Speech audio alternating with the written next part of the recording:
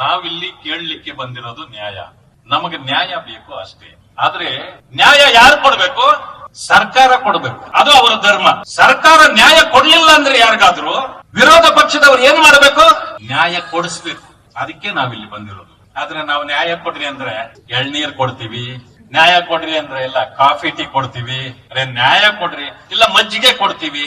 ಅರೆ ಅಣ್ಣ, ಪ್ರಿಯಾಂಕಾ ನಿನ್ನಂತವರನ್ನ ಬಹಳ ಜನ ನೋಡಿದೆ ಈ ದೇಶ.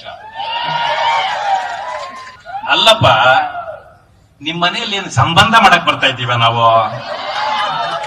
ನಾವು ಪ್ರಾಣ ಕಳ್ಕೊಂಡವರ ಕಡೆ, ನೀವು ಪ್ರಾಣ ಕಳೆದವರ ಕಡೆ. ಇದೆಂದಾದ್ರೂ ಸಂಬಂಧ ಆಗತ್ತಾ ಅಣ್ಣ? ನಿನಗೊಂದು ನಾಚಿಕೆ ಆಗಲ್ವಾ? ಒಬ್ಬ ಮಂತ್ರಿಯಾಗಿ ಹೋಗ್ಲಿ ಬಿಡು, ನಾವ್ ಇವಾಗ ಬರ್ತೀವಿ ನಿಮ್ ಮನೆಗೆ, ನೀ ಇದೆಯಾ ಅಲ್ಲಿ?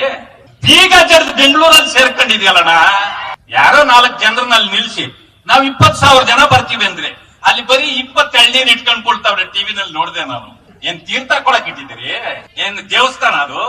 ನಾವು ದೇವಸ್ಥಾನಕ್ಕೆ ಬರ್ತೀರಿ, ತೀರ್ಥ ಕೊಡಿ ಅಂದ್ವಿ. ಏನಕ್ಕಪ್ಪ ಅಷ್ಟು ಪೊಲೀಸ್ ರಕ್ಷಣೆ ಹಾಕೊಂಡ್ ಕೂತಿದ್ದೀರಿ? ನಾವು ಸುಪಾರಿ ಕೊಡೋರು ಅಲ್ಲ, ಬಂದ್ ಮೇಲ್ ಬೀಳೋರು ಅಲ್ಲ. ನ್ಯಾಯ ಕೊಡ್ರಿ ಅಂತ ಇಲ್ಲಿ ಕೇಳ್ತಾ ಇದ್ದೀವಿ. ನೋಡಿ, 7 ಪುಟ ಡೆತ್ ನೋಟ್ ಇದೆ.